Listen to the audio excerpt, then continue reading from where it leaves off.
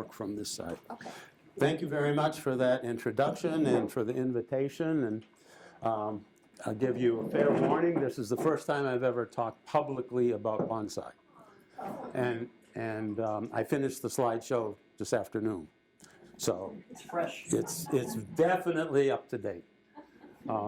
So what I need to do is make sure the technology continues to work with us. So first off, the title is The Art of Bonsai. So you got to be a gardener, but you got to be artistic too. Turn on the microphone. Turn it on. It's on. It's on. You just have to hold it Turn off the relatively microphone. close. Oh, I got to swallow it. Okay. One of these. So I want to just say up front that 2 of the pictures are of my trees. 3 of them, this one, and that one, are not my trees. And people that have trees like the 2 biggest ones, the middle one and the lower right one from your side, are usually very, very, very, very wealthy. And they usually take those trees to specialists, masters, to work on them, to transplant them, repot them, to trim them. If they think it's got a cold, they give it Tylenol, they do whatever they have to do. But they don't do anything. It's just a piece of art they have in their house. Then there are some people who have trees like this who are very fortunate that they have tons and tons of time, and they devote their life to keeping these trees going. These are probably a couple of 100 years old at least, these 2. I just grabbed those pictures off the web because they're impressively shocking, okay? Mine aren't like that, but my trees are my trees. They're my other babies, and they're like part of me because I've been working with some of these for a long, long time. And Ellie doesn't feel the same way about them, by the way. So what I did is I put a couple of mine up there, and actually the one on the bottom left, the Homoscoidia, is that's just flowers, just to show you that you can get some very unusual flowers off these plants that come from all over the world. Bougainvillea, everybody knows that, but you probably didn't know you can grow it as a bonsai unless you've been to bonsai places, and you'll see them. You'll see these massive things with trunks bigger than those, that they just keep them going in pots. So that's a very important part of the process. And I'm not sure if there was anything else I had to warn you about, but just tell you, none of those are, my trees don't look like those, okay? But my trees are pretty impressive, and when you see them all together, it's really kind of nice. So if I pull this away too much, just let me know and I'll put it back. I hate it. It's too bad you couldn't hook up to the feed that's going to the camera. So what I plan to do tonight, hopefully in less than an hour, is give you a little bit of historical perspective. And then I'll spend most of the time talking about what I've learned since I bought my first tree in 1988, and it didn't make it until 1989. And I almost gave up, and then I decided I really liked having that and working with it. Maybe I should learn something about it, because I bought it in the mall, Buckland Mall, and from somebody that had a big cart. Oh, they're easy, there's no problem. All you have to do is this and this and this. And like a sucker, I paid my $20 or something. Today it probably would be 50 or 60 for that little plant. And it just wasn't meant to be indoors anyhow. It was an evergreen, like these junipers that I brought with me. You don't keep them indoors where you have indoor heat, central heating, because they get desiccated. You would be misting them every hour. You'd have to have them in a chamber almost to keep them. I was in a bonsai place in Florida, and they had one of these on display.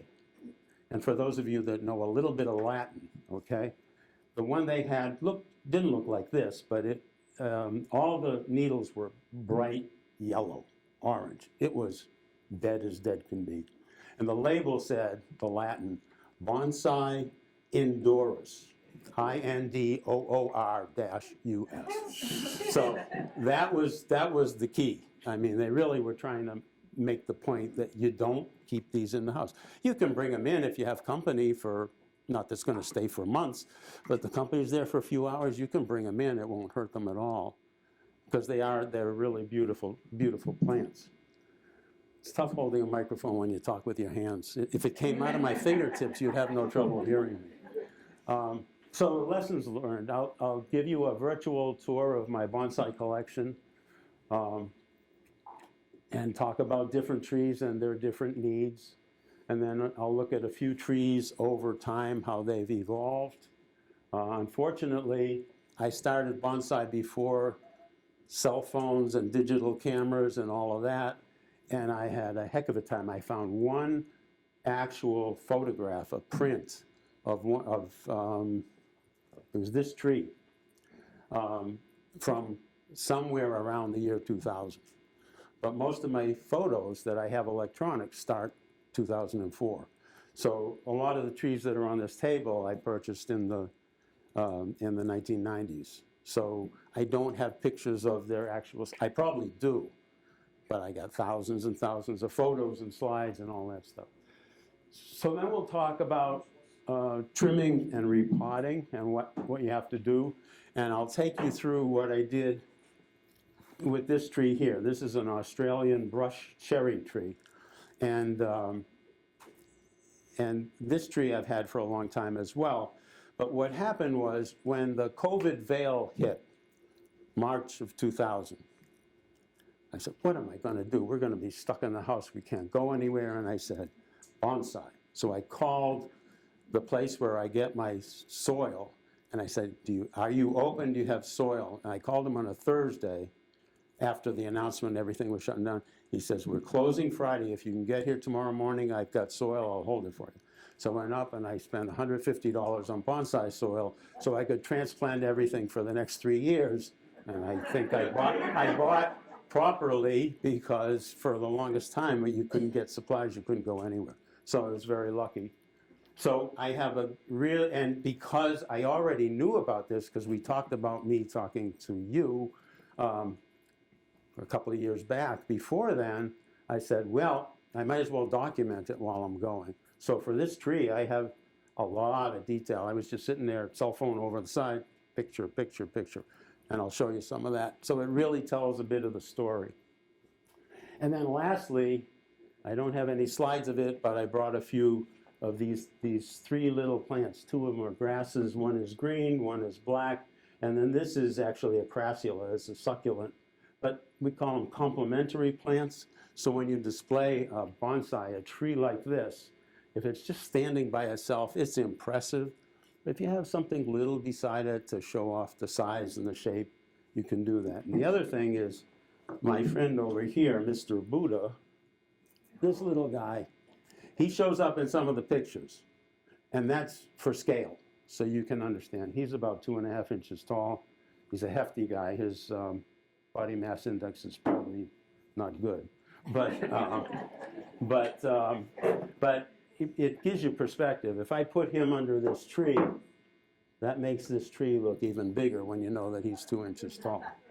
Okay, so you'll see him every now and then in some of the photos when I remembered to put him in. Okay, and then I'll talk about resources in case some of you, after hearing me talk, don't say, oh my God, I could never do all of that. So bonsai was not the first. The first started in China back around the 1st century of the Common Era, and it's a process or an art form known as Penjing. And Penjing is less formal than the true bonsai, but yet you look at that picture, that's pretty formal, it's pretty amazing. And it means a scene in a pot. So they're more about the scenery, whereas bonsai is tree in a pot or on a tray or something like that. So this is it's on a slab, but in the book where I got that picture from, they had somewhere they have little statues in the front of fishermen. You know, you see the water is painted, there's like water painted on the bottom. So they make up this whole scene. But you know, it says emulates nature, pleasing to the eye, enchanting. You look at it and it takes you off in dreamland, you know, and it makes you want to go take a trip to China. That's the beautiful side of China anyhow. But no more politics. But the reality is you look at that and you say, how did they keep that going? That's a big hunk of stone, a lot of grooves, it's natural stone. And they got these plants tucked into every crevice, and they're packed in with moss and probably a little touch of soil. And that's it. And the way they do it is you got to have people all the time misting and watering and misting and watering, or the plants wouldn't, you couldn't put that out in the bright sun. At the end of the day, the plants would be dead and you'd have the rock and you'd have to start again. So that's Penjing. Bonsai is a bit different. There are different forms of Penjing, and I think one of the oldest forms actually is like bonsai, where it's just one big tree in a pot, or one tree in a pot. So it evolved from the Penjing art, and that's about in the 1400s, and the emphasis is on the trees, and the trees can be cultivated or they can be trees captured from the wild. You know, you go out on the hunt. And I actually attended a workshop where a guy brought in a ponderosa pine that he collected on some cliff in Utah. And he brought it in, and there was two of them had to bring it in. It was a big wooden crate. And he basically excavated it, took as much of the local soil with him, packed it, brought it in, and for 3 years, he just nurtured it in that box. He didn't do any treatments to it other than keeping it alive. And once he felt the tree was happy and comfortable in the box, okay, now it's time for me to train you and you tell me what you want to be. But it was a big tree like some of those in the front. And he just started working, and we watched him for 2 hours, and he'd spend hours looking at this and say, I don't know if I should cut that off. I'll come back to it. And you go over here. And that's the way he worked. So he climbed the mountain, he dug the tree, he schlepped it home, he nurtured it, and he then came to this bonsai place. It's New England Bonsai. It's one of the ones I'll mention up in Bellingham, Mass. And they put on a class, and it was amazing to watch him work. Okay, I'm getting ahead of myself. Their emphasis on trees simulates, the styles emulate nature. They can be upright, like that big old tree. I think that's a Satsuki azalea. It's big, big, big azalea flowers on it. And I think that's also from New England Bonsai. I'm not sure where I got that photo.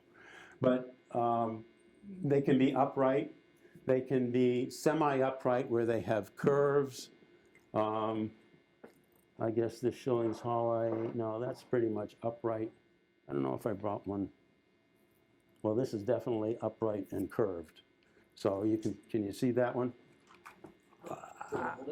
I got it. You'll see, actually, I got slides of this. I'll get back to it. Otherwise, my talk will go too long if I digress. So the important thing is the next bullet. The trees are to be viewed from the front. So when you start with a new tree that you bought in a bonsai store or that you ordered online, which I don't recommend, you can do it, but I don't recommend it unless you know it's a reputable shop to begin with. You have to first decide where the front of the tree is. And that can take you days to weeks. You keep turning the tree. Before you cut anything, you say which side's going to be the most interesting and attractive. And once you do that, you're pretty much committed. And, you know, and you can sit through a 2-hour class and nobody makes a decision. But then, you know, no, I didn't mean committed the way you guys are thinking. Okay? No, you're committed to working with it, with that being the front, okay? I knew there was too much laughter. You can be windswept. Picture a tree on a cliff at the edge of the ocean. The wind is always coming off the ocean. You've seen those, if you've been to those places. The trees grow and there's like nothing on the front facing the water. All the branches grow to the back.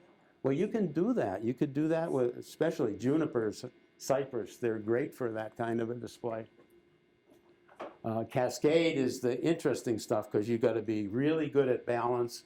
They'll have a bonsai stand that might be this high, narrow. You put the pot on it, the plant sits, grows up a little bit, and comes down and grows halfway down, and that branch gets pretty sturdy. The thing that reminds me of it, we have a, what is it? A blue spruce, Atlas blue spruce, but it's a weeping type. So the trunk goes way up and curls over, and these things come down. Pretty soon you got a trunk that's that big around, coming down and bending up and up, so it just flows and flows. That's not a bonsai, that's a full-size one in our landscape. So then it says here, theoretically, any species can be made into a bonsai. And I agree with that, but I have run into a tree that really gave me a lot of lip and said, I don't want to be a bonsai. But the bottom line is patience and skill is really important. And I'll show you that tree in a minute. Whoops, the batteries are coming out. There it is. Lessons learned, patience. The important thing for you guys, you're all in a garden club, right? Gardeners have the intuitive or learned skills to do bonsai. There's no question about it. You have to like plants. You have to like working with plants. No question. But my advice is don't go buy a $200 tree and say, I'm going to do bonsai. If you can find a $5 tree, start there. If you can dig something up from your yard, start there. At the beginning, just get used to handling a tree in a pot with soil that dries out so fast you have, in the dead of summer, you have to water it twice a day. You really need to know what the requirements are. Once you do that, once you master that, you're good. My 1988 tree was the sucker. You know, it lost the battle right away because I didn't know what I was doing. I listened to the girl. She was cute. She said, oh, you'll be able to handle this. It's easy. You know, do you garden? I said, yeah, I garden. She said, fine. But it just got desiccated in the house because it was an evergreen. It shouldn't have been in the house during the winter. If you get a chance, one of the local vendors, I say go to a local vendor to buy a tree because get to know a person that's into bonsai. So if you have problems, you go to them. They love to talk about trees. They do. You know, I wouldn't have come here if I didn't like to talk about trees. But don't come to me because I don't sell starter trees or anything like that. The other thing that's very important, I don't know if I got enough wire here. My assistant, Ellie, can you pass that cottage cheese thing around? I got it. Oh, good. Okay, Dave's going to do it. Just, Pass it around. yeah. Take a handful, chew it. Don't swallow it. It's bonsai soil. I'm kidding. But take a look at it. Put your fingers in it. Doesn't feel like potting soil, does it? Not at all. Not at all. That's what's so important. You have to buy authentic, and you can mix your own. There's recipes. Potting soil, it's bonsai soil. Bonsai soil. There's a fired clay that's in there that's all crushed up. All of that helps the pot hold some moisture, but doesn't keep the roots sitting in water. Okay, think about a potted plant you've had that went bad because the thing turned to like a soggy mess, right? If you don't use bonsai soil, that's what you'll get. You keep watering, the drain holes plug up because the soil compacts and compacts, and then the tree rots unless you can get to it quickly and replant it. And you don't want to keep doing that. So I have plenty of bonsai soil, so if you eat a little, it's okay. But don't worry about it. You have a whole extra year right now, right? Pardon? You said you got. Oh, yeah. Yeah. Yeah, it was like $50 a bag. It used to be 25 when I started. Use a bonsai pot to properly anchor the tree. I have one. I'm going to have to put this mic down to get it. I brought a small one. These are all bonsai pots here, but I brought one just so that you can see the way they look. This is a small one, obviously, but you see those two holes? That's for drainage, but that's also where you put the anchor wires. And those wires come up and they either go up and wrap around the tree, or they can be driven into the root ball. But you want the trees to be solid like this. I won't, but I think I could just pick this up by the tree and nothing would happen. But don't test, I wouldn't try to test that theory, but it certainly feels like it when I'm trying to get them out of the pot. So, use a bonsai pot. Where am I? Properly anchor the tree. Wiring helps secure the tree and guide growth. And I have some sample wires in that shoebox that has tools in it so you can see the different thicknesses because you use different wires for different things. But most of my trees I do very little wiring. And the reason for that is if you wire extensively, you got to be on top of it because as the branches grow, they get thicker. And eventually, when you go to take the wire off, you're left with rings in the bark. And that's a no-no for bonsai. You don't want to have that. So I try to let the tree tell me where it wants to go, where there are buds, and I use that mostly. But occasionally I will wire a branch to bring it down or bring it up a little bit, but I have to watch it. And you can use different tricks for doing that. I have one tree, this Juniper, the one I held up before, I'll get to it, I have a slide on it.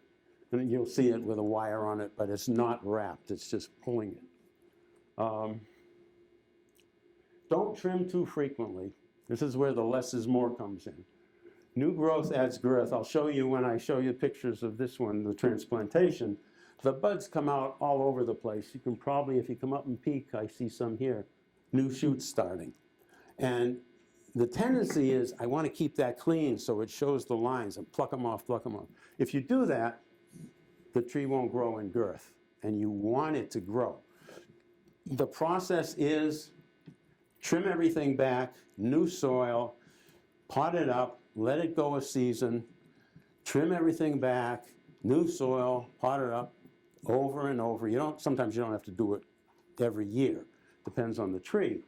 But when you do that, you're keeping the tree's shape and overall size controlled, but the trunk and the heavy branches get bigger and bigger, and that makes it look much more impressive.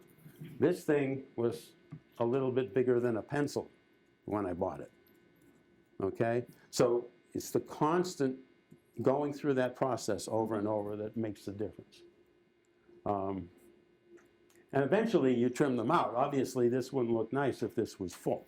I have a picture of it full before it was trimmed last time. And then less is more. Fewer branches lets you see the tree's inner beauty. And I always say, and I think I learned this in one of the bonsai classes I took, think about birds flying. When you see birds fly into trees, you don't hear thunk, thunk, and they all fall to the ground because they run into something. There's space in there. If you don't leave space in your trees, the birds won't get through, but the air and the light won't reach the parts you want. So you've got to keep it open. Some of these, like this one, the Boxwood, that's ready for pruning. But these, they continue to grow a little bit in the greenhouse, and they get thicker, and then I trim them all back, and they go out, and I let them grow out. I trim them when they bring them into the greenhouse, and then they grow a little bit. So it's a constant effort, but it's fun to do.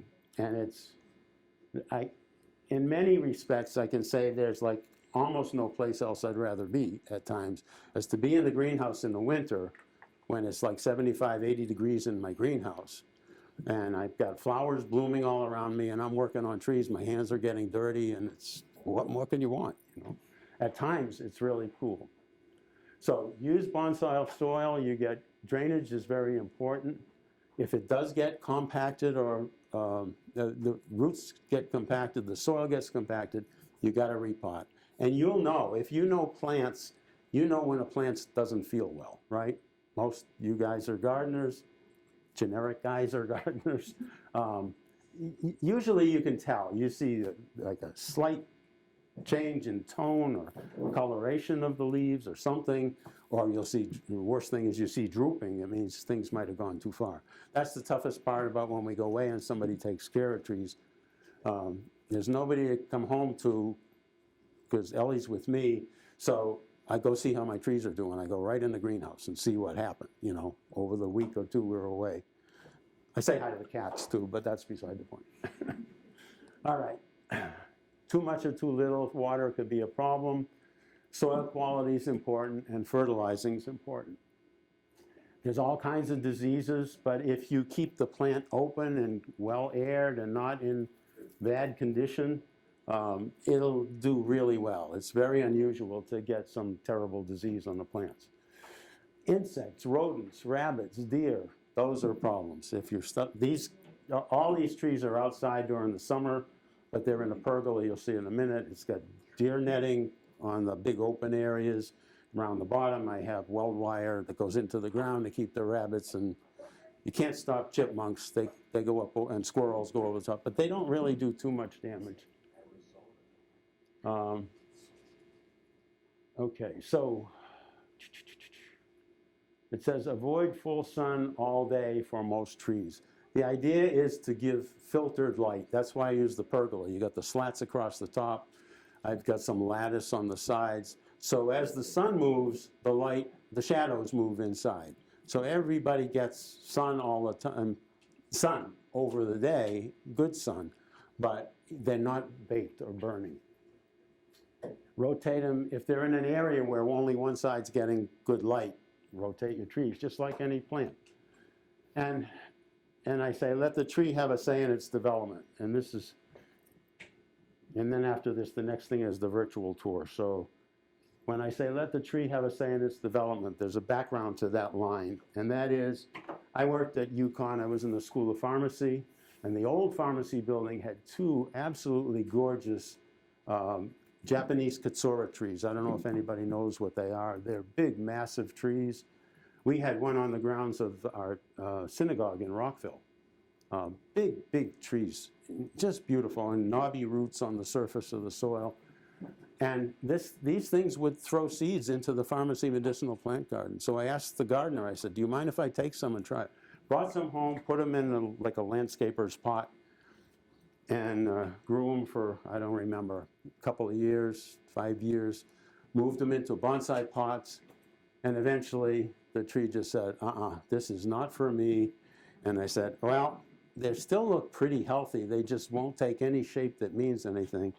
And what I did is I just planted them way on the back edge of the cleared area of our property, and that was the reward. That's a bunch of seedlings that were planted. That thing now is over 35 feet tall, and it's magnificent in the fall. And I have another clump further up in the yard from that. Another clump further up in the yard. Thank you. Now here it is. Okay, the photo was from 2014. Seedlings collected in 96, bonsaied them in 97. I tried for 5 years. And that's when I say, okay, tree wins. It's not dead. I'll stick them in the ground. And boy, was that the best thing I ever did. And it's a beautiful tree, and the birds love it too. They don't go clunk, clunk, clunk when they go inside. All right, so this is where we live. That's our view. That's sunrise last week. 6 a.m. I went upstairs on our second floor, so that put me almost at 900 feet elevation. Overlooking the valley, you can see the fog settled into the valley. It's a beautiful area. We're on what used to be farmland. It was a big dairy farm. And even the area below us was the dairy farm too. But in our backyard, we're now looking at the two pictures on the top left. When the storms come through, they often come from the west and they move east. And when they come through like thunderstorms do late in the afternoon, and if we're lucky and the sun comes out late in the afternoon, that's what we get. We often get full rainbows, double rainbows. It's just an amazing spot. We didn't know that when we picked that lot, but we were really fortunate. So this lantern is diagonally behind the pergola, which sits in the middle of our backyard behind the house. We have a screen porch to the left. And that's the home for the bonsai all summer. They go out usually by middle of May now. It used to be I'd wait till Memorial Day, but now by mid-May they're out there. And I put hanging plants for extra decoration and so forth, but it's primarily for the bonsai. And then the last is for the winter. The bonsai are in the greenhouse, and on the west side of the greenhouse, so that's a sunset, probably about 4:30 in the winter when it starts to get icy cold. Greenhouse is really humid, and you get beautiful ice patterns. And you can see that that's where my cactus all sit, because that's the cooler area in the greenhouse. The heater blows in the other direction. And they love cool, and now they're just all starting to bloom like crazy. So this is, the top row is inside the greenhouse, looking at the bonsai. There's shelves on top of shelves. I built extra shelving to kind of hold everything and let the light trickle through. This time of year already, the sun is up high enough, so the left-hand picture is at night, as you can tell, but I have that screen rolled down, that shade, to filter the light, because the sun gets hot very quickly there, and those plants that are up near the glass, like I have geraniums hanging higher up, they just wilt out right away if I don't have the shade down. So that's there, and then this is the magic of an iPhone doing a panorama, so you get all these crazy zigzags. But this is looking from the left side of the pergola inside to the right, all the way across, and that's all of my trees spread out. And they love it out there. The only problem we run into is the high winds that we get. And I don't know if you probably can't see it up close, but it's obvious with the third tree on the top. The first one is an elm. The next one is a Shimpaku juniper. That's a big one. And then the third tree is a Mugo pine. And that one, I don't know if you're up close and can see it, but I'm going to put the microphone down for a second, because the pointer won't work on this screen. But, well, you can see it on here. This is the Boxwood grove that's right there. You see there's wires coming down? I don't know if you can see them, but there are wires there. Those of you up close might be able to see them. Those are anchors, because you learn from experience. One day it was a bad storm, we weren't home, and I go out to check things, and I find a couple of trees on the ground, broken limbs, broken pots, and one tree fell on the tree below, and so now when they're up on those upper shelves where the wind blows through, I have to tie them down. But it's the kind of thing you just learn as you go. I never thought that would be a problem. But boy, when that wind, where we are, when that wind blows, it blows. So that's the summer home. And then the winter home for the conifers is the garage. But I leave them outside, usually not until the first snow, but that was an early snow last fall. So they've been moved out of the pergola, and they're on the back patio, ready to go into the garage. As I was telling some people here, I used to put them in the ground for the winter. And they did very well, because they like the cold, they go dormant. But then voles came in, and they did a job on some of my trees. And I was talking to guys in the bonsai club, and one of my friends in that club said he had a wisteria that he would bring in. And he kept it in the garage, and he kept it alive, as you can see on the lower right side. You see the trees on the upper right. Those are the bonsai trees lined up. At the very top, you can see a tarp that's all rolled up. That's usually down, so they get no light either. But I water them every week and a half, 2 weeks, and the way they get watered is with ice cubes. I put ice cubes on, I cover it up. When the ice cubes are gone, I wait another week, week and a half, and then I repeat. So they get moisture, they don't get, there's no chance of them drying out completely, but they don't get overly moist, because that'll rot them too. And they do well. And usually I leave them out until they turn that dark purpley gray color. So they're really hardened off, ready for winter. And then they go in the garage. The garage is not heated, so they do very well. And indoors, there's the greenhouse. There's what it looks like with the shade up. And you recognize some of the trees. This one is right there in the front. it gets very warm, it's beautiful in there, and I try not to use insecticides. You see those yellow sticky flycatcher things, and they're good because that's why I know how bad the flies are, because when they're covered with flies, then I have to give up and do some spraying, because there's too many. If there's one or two little flies stuck on them, I don't worry, I just leave it go.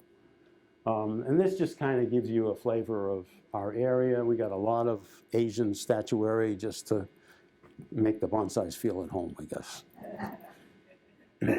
But, oh, the other cool thing is, and definitely cool thing, is that's a Pleospilus nelli. It's a member of the stone plant family. If you've ever seen lithops, the little tiny things that look like pebbles. This is a much bigger one. It's from South Africa.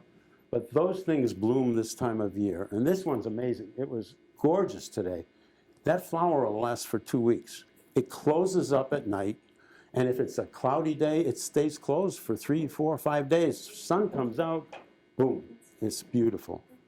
So that's just an added bonus to being in there working with bonsai. All right, Australian brush cherry, this big baby here.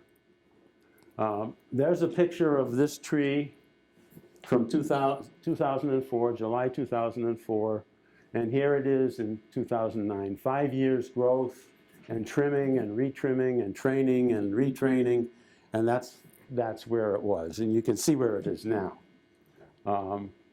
Here it is in 2018. This was the year I said, holy smokes, it was worth all the work. I went into the greenhouse one night and I said, there's some kind of bugs all over the thing, and they were buds, flower buds. And within the next day or so, the thing got covered, it looked like it was a snowstorm. And then, even better than that, I learned why it's called the brush cherry. This, if you look down, right down here, you can see one, there's another one. There were 3 or 4 of them that actually, I don't know how, whether it's insect pollinated, I don't know enough about them, I don't care. The web says they're edible. I decided I wasn't going to test their hypothesis.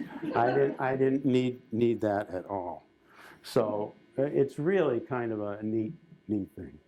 And here it is in 2020. This is after what I call the COVID work that I did, when I really went to work on all the trees. And you can see how it's really taken the form, and I can't point it out, but if you come up later to look at the tree, you'll see right here at the bottom of the trunk, I don't know how many, can you see that rock that's right in the roots? The way that's done is you start with the tree in a pot. You take the tree out of the pot and you decide what you want to do. You look at the roots and you say, if I can get this root and this root around a rock, they will take the shape and grow. And then every time I transplant, I raise it up maybe 1/4 of an inch each year or every other year. So over the years, it comes up. And now, this rock is like part of the tree. It's right here. It goes through to the other side, but it's most prominent in the front. I decided this was the front. And it just adds character. It makes it a little different, and it emulates what happens in the wild. I'm sure you've seen like trees sprouting out of boulders, and there's a crack and there's root trailing down. That's what happens. And the idea with bonsai is to try to do that.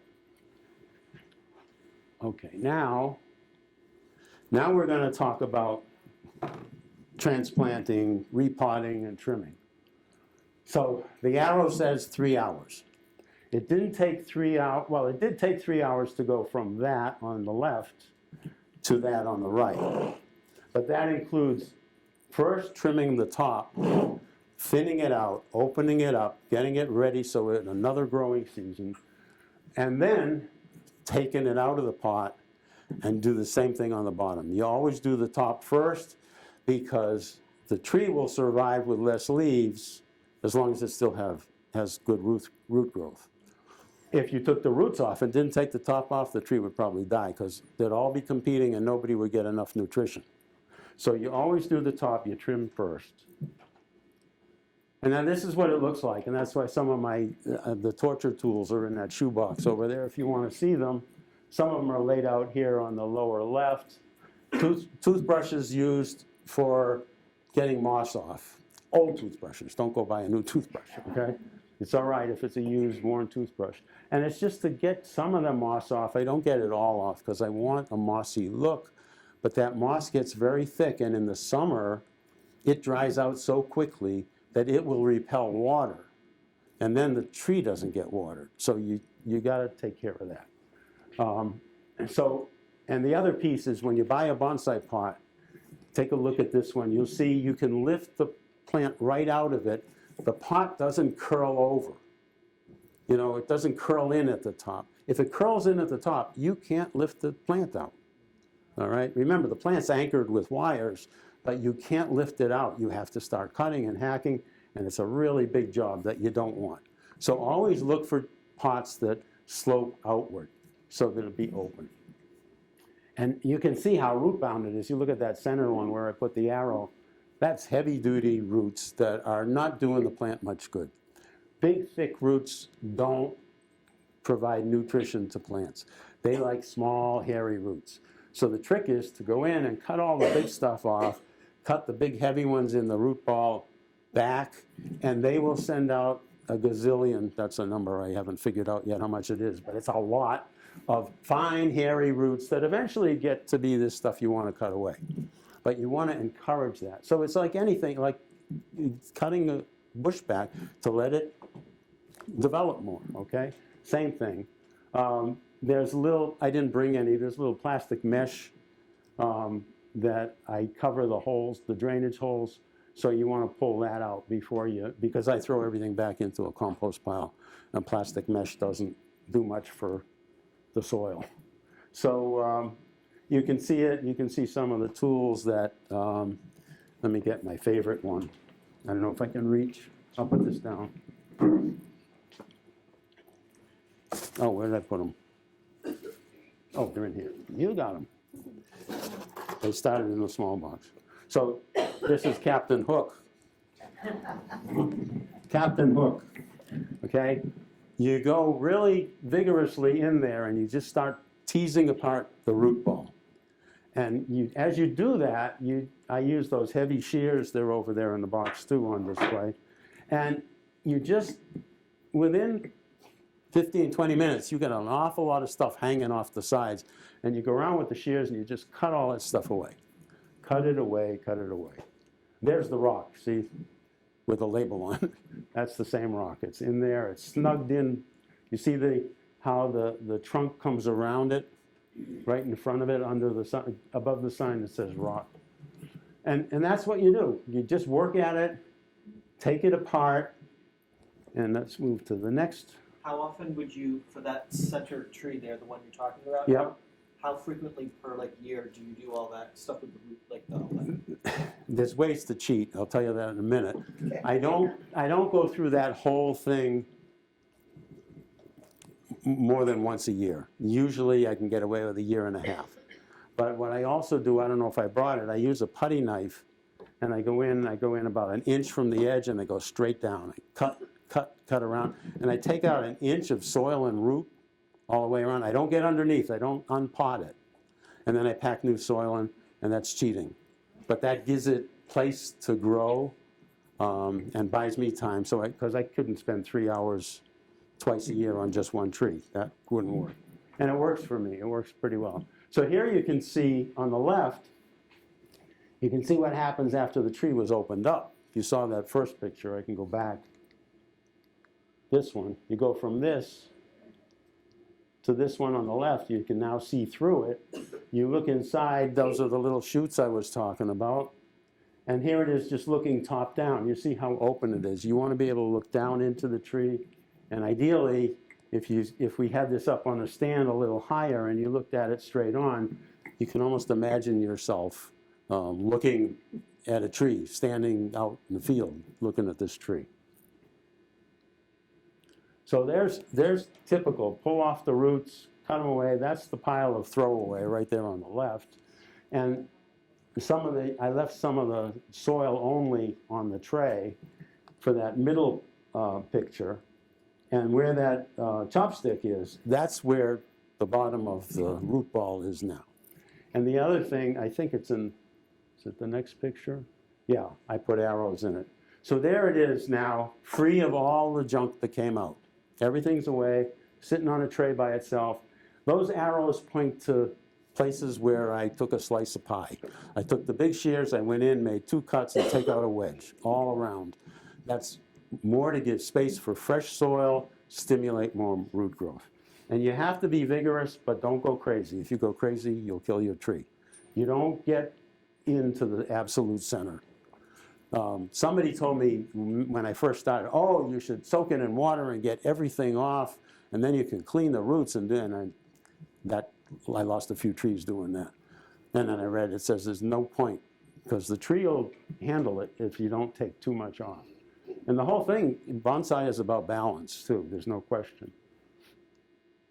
So now for the pot and what we do, while I'm doing all that trimming, the pot that I want it back in the same pot. And you can see this one has the sloping sides.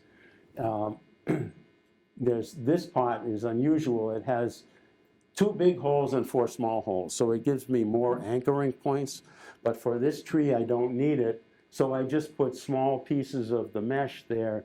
And you can see on the lower picture, the little tails of wire that are holding them in place. You don't want to just lay them over the holes and dump soil in, because invariably they'll move and you pick up the pot and all the soil pours right out. So you have to anchor it. And if you look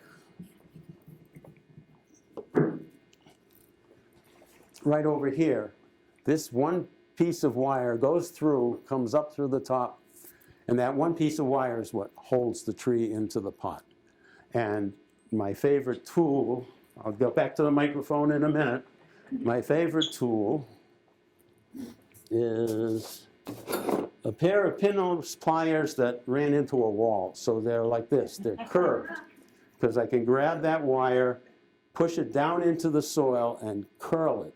So I really go drive it into the center of the root ball and down and around. And you can make it really snug that way. That's the whole idea, is you don't want the tree wobbling in the pot, because then the roots will keep getting torn when it's trying to generate new roots. So you want it tight.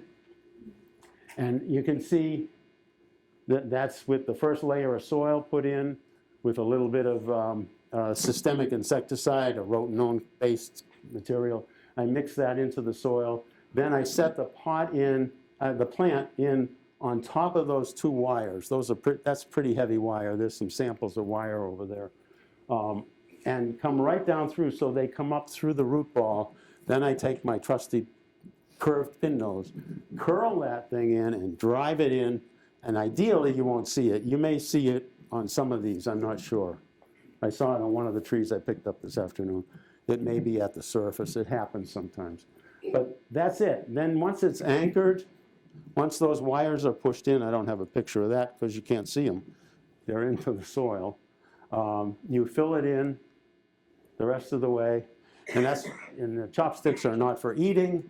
They're for stabilizing the plant while you're compressing the soil. And the tool that's in there that looks like almost a spatula with a claw on the other end is what this arrow is pointing at. And I basically use that. I dig in right from the edge of the pot and push the soil underneath the tree that's now can't move. So I pack it. I don't want water, I don't want air in there. I want soil, because it's not going to compact. And I do that, and then the chopsticks are for wiggling. You just go around, and what it does is it allows the soil to work its way down into the cracks and crevices. It's really all about getting the soil distributed without manually giving the roots a bath.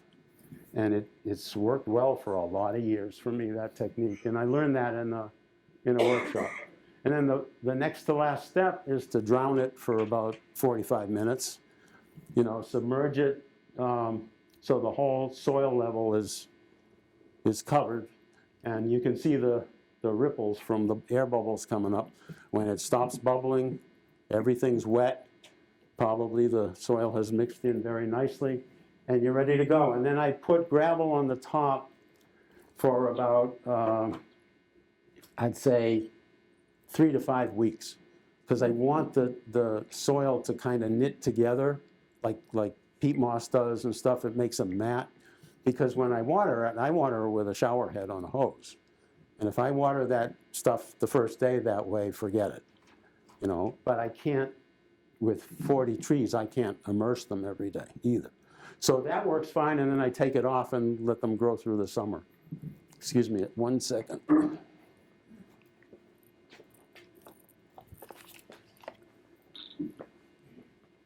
So that's it. That's how we went from what you saw before to this tree.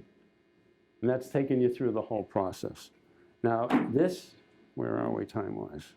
I got to move a little faster. I'll tell you this story, and then we'll probably skip 1 or 2 more and get to the end. This is a Chinese juniper. Bought at Kmart in 1994 for probably $8, $9, whatever.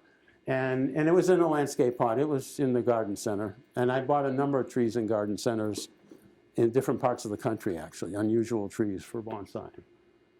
And so this is, the one on the top left is the photograph, the printed photo that from negatives, you know, 35 millimeter camera. And then that was around 2000. 2003, that's what it looked like. And I know it's 2003 because that's our old house. That's the siding on our old house. 2004, we moved. But then I jumped to 2014, and it looks quite different, doesn't it? Okay? That's the snowblower accident. That's the tree that when I was cutting a path through our back patio, just so we have an emergency exit from our kitchen door, Ellie said, "Steve, there's green coming out of the chute." And I said, "Oh my God," because we had like 3 feet of snow back there then. And the markers, I couldn't see the markers, and my glasses fogged up, and I went a little too close to the bed where I had the trees in the ground. So I lost the whole side of the tree, this whole side right here. I totally lost it. And I looked at it and I said, well, nothing I can do now. It's dead of winter. So I left it there. And in the spring, it looked like it was, new growth was coming. So I said, all right, it's clearly not going to look good with half a tree and half a trunk. So I repositioned it in a new pot on the far right so that the place where there's growth is the top. That's the new top. And then over time, I kept working it, and I saw it was clear it was going to make it. And here's a place where I did non-traditional wiring. I made a loop of, this isn't the microphone. I made a loop of wire around that left-hand branch, which was part of that cluster up there, and put another wire through it, made a loop on the lower trunk right where the bend is, pulled it down just a little bit, not enough to crack it, and that was in May of 2020. By September, I could take the wire off, and the tree had adopted that position. And this is the tree today. That's what it looks like, okay? So if you come up here, the tree thanks you. If you come up here, you look at this side, you can see where the break was. It's bright white yellow. I treat that every other year with lime sulfur to keep it from rotting away. But there's clearly life on this side of the tree. And those trees in the first picture, you know, they're all that deadwood, but there might be one area where the bark is carrying nutrients up to the top. So trees are amazing. And well, that's a picture of it in the garage. It looks better in person. So that's the story of the juniper. Oh, there it is. Now you can see it. You can see the yellow. I forgot I put that in there. Blow up. And you see my little Buddha is down there in the bottom for Does that make fun. the berries on it? Pardon? Does that make the juniper berries too? Yeah, actually, in 2003, if you look closely, I can't blow up the picture, that middle one, there's a number of juniper berries there. So it was really happy in 2003, and I don't remember which winter it was when that happened, but it continued to grow. It's a great little tree, resilient, and you know, this thing kind of adds character to it at this point. So you never give up on a tree, but you could put it in the ground and you might turn into something beautiful too. So that's the other story. So this is the Boxwood Grove that's right here.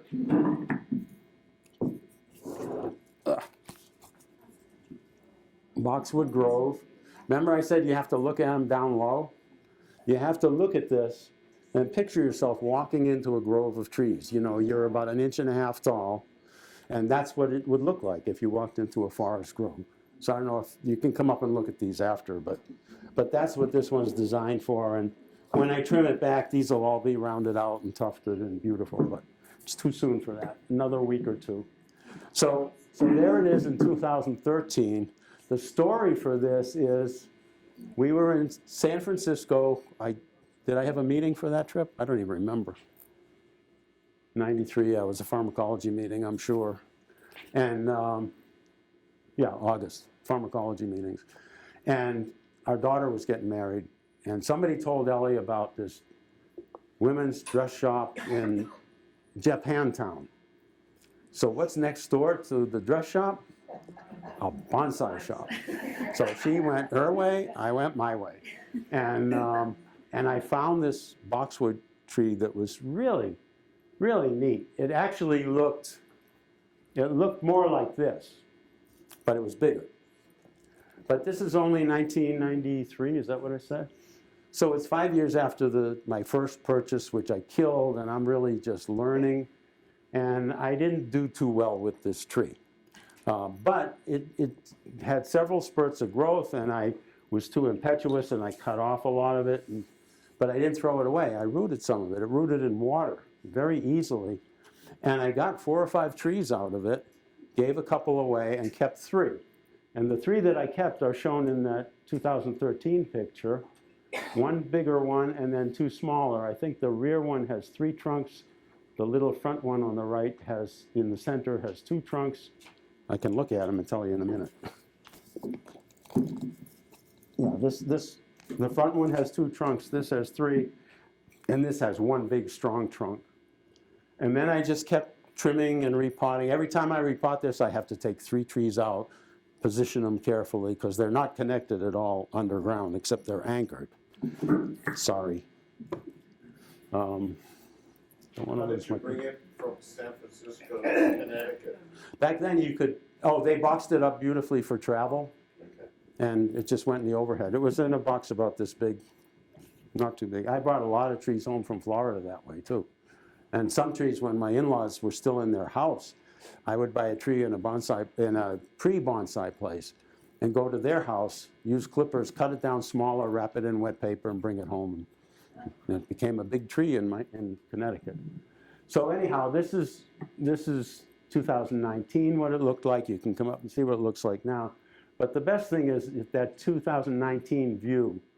I blew that up here. You can see what it looks like. And what I said, use your imagination. Picture yourself walking into a forest or a grove of trees. And that's what bonsai is supposed to do for you. You should be able to really kind of transcend all the noise, shut off the radio, unless it's classical music or relaxing music or some kind of music that you like, and just think about where the trees might take you. And the last tree, because I'm running over here, camellias. This tree was a gift to me by my department the year after we opened the school in Worcester. All the faculty got together and staff, and they ordered this tree from a bonsai place in San Francisco. And I thought, well, that's very thoughtful. They knew I liked bonsai, but I'm thinking, bonsai tree ordered through the mail, what's it going to be? And it looked like the tree in 2017, only it was smaller. And it actually got some flowers that year.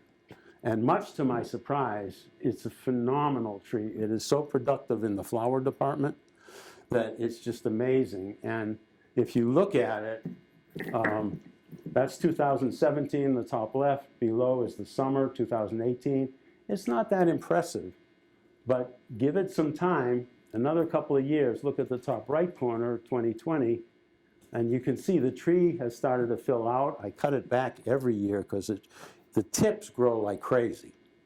It just keeps growing longer, and I don't want that. And it's got a nice base. I didn't bring it. It's got a nice base on it. That raised up mound is roots that are pretty heavy duty. And it's prolific, and the flowers are gorgeous. So this past December, you can see it. 11, November 21, one flower, two flowers. Then boom, it exploded in December. But the flowers are gorgeous. It makes good for photography. I'm going to skip this one in interest of time. And just tell you, I'm down to the end here. Resources. I mentioned these places already. Victor at Bonsai Gardens, he's on Route 30, right across from, what do they call them? Suburban Subaru, right across the road there. And what used to be, forgot the name of it, it was a garden center. Yeah, Vintner's Garden Center, if you know that. That's long gone. But he's in their greenhouse. He's a great guy, and he's local.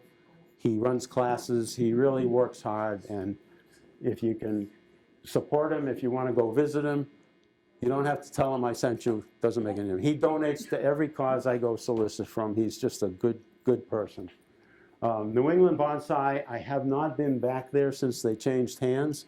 But they're now selling trees like this thing on the lower left that's $2,500. Okay, so I don't think I really need to go back there because I don't carry that kind of change with me. And then in Littleton, Mass, which is up near, Concord and Lexington, it's not far from there, Acton, Mass. It's not as far as Lowell. You go up 495, you get off, and it's a great place to go to see bonsai and to learn about bonsai. I took one course there. The guy on the left in the picture is Michael. He's the owner, and he bought like a farmstead area, an old farmhouse that they used for their office for years, and he's built greenhouses. You can look him up on the web. It's really just a fantastic place. And they run open houses where they run big discounts, and they give garden tours. And once we get into May, they'll have all their trees like this and bigger that don't require being, protected from the cold. They'll be outside on display, just like you see that one on the left, the center, and then the one on the right. The center is a trident maple. I don't know what the one on the right is.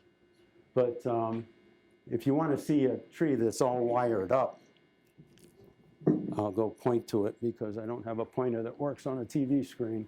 But I don't know if those of you up front can see the wires snaking around here. There's like 4 or 5 wires wrapped around to get shape. Because when you got branches that are as big as that, you got to really work them and you got to be very gentle with them. But this guy, Mike, he buys trees at auction. He knows the pedigree of the tree, which bonsai master in Japan and what town in Japan it came from. They're hundreds of years old. So he's got amazing display. So he competes with his trees, but he runs a business too. And the business allows him to buy these trees and do that. So I highly recommend that. And the only other thing that I have on the slides is I highly recommend joining a bonsai club. I think that's the key. You get to meet people.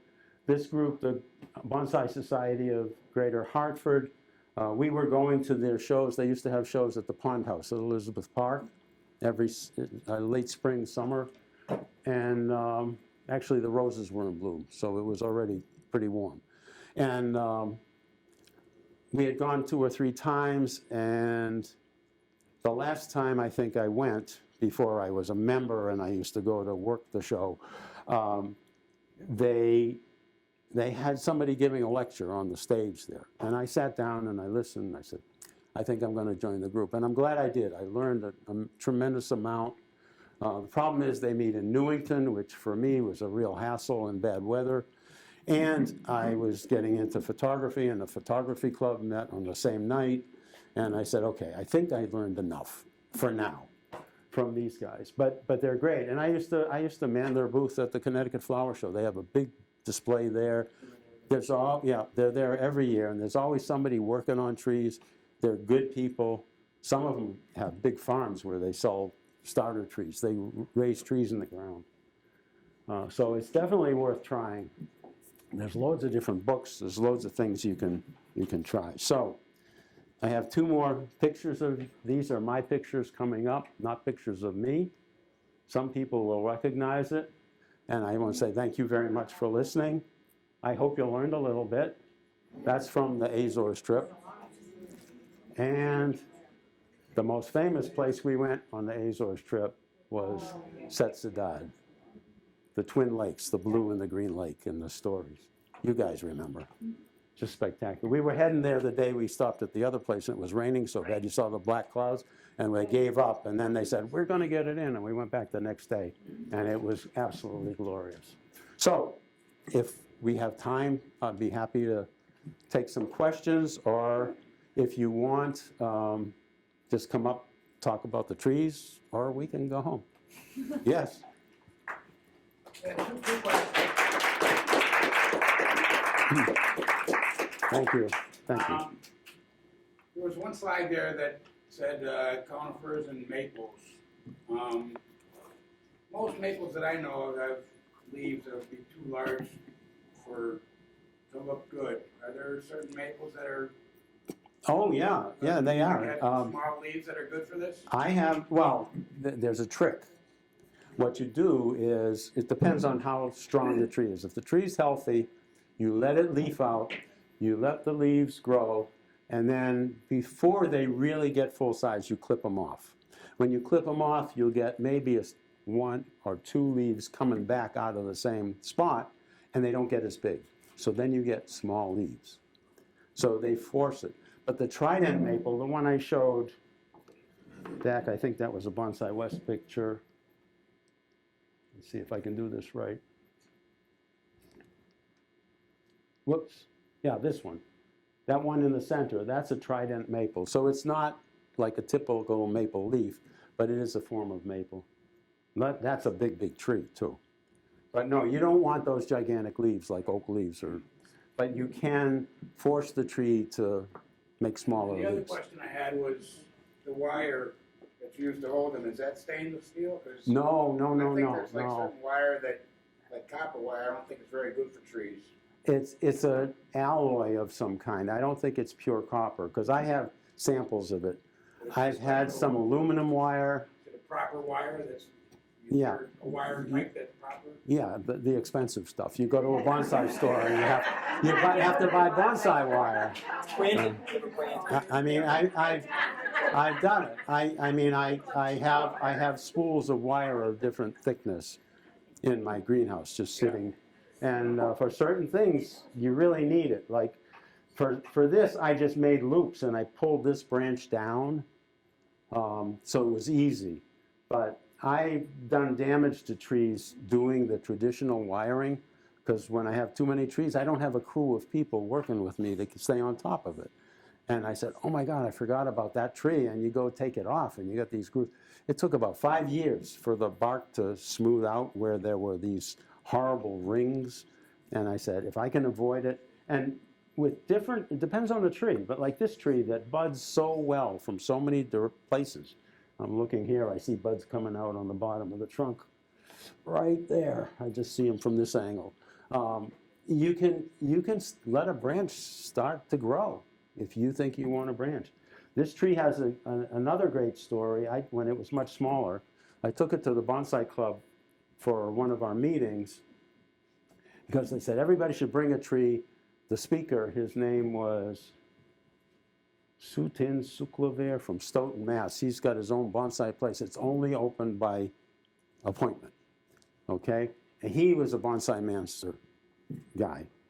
And he gave his talk, and then he says, okay, let's see your tree. So I bring this little baby up. It was much smaller. It was holding it one hand, you know, maybe not even that size pot. And he said, You're not going to like what I have to say. I said, I'm here to learn. and I look at him, and there used to be a branch right here. You can't even see the scar anymore. But there was a branch coming like this. And I thought the tree looked great to begin with. And he goes and he covers it with his hand. And he says, how does it look now? I said, well, I can't tell, your hand's there. I don't have that, no, seriously, I couldn't envision what it would look like without it, because I couldn't get away from the fact that there's this big hand right here. So I went home. And, I said, don't be impulsive on one of my slides. I was not impulsive. It probably took me 4 or 5 days before I cut that branch off. I went and I looked and I turned it and I turned it and I said, I think he's right. And boy, was he ever right. Because this tree has beautiful form. And that thing going down there was a distraction. It needs, this tree, because of its height, needs the openness to fit the vision of bonsai. So you never know. You don't know. And if I had left it, you probably still would have liked the tree. But it's better. My pleasure, thank you.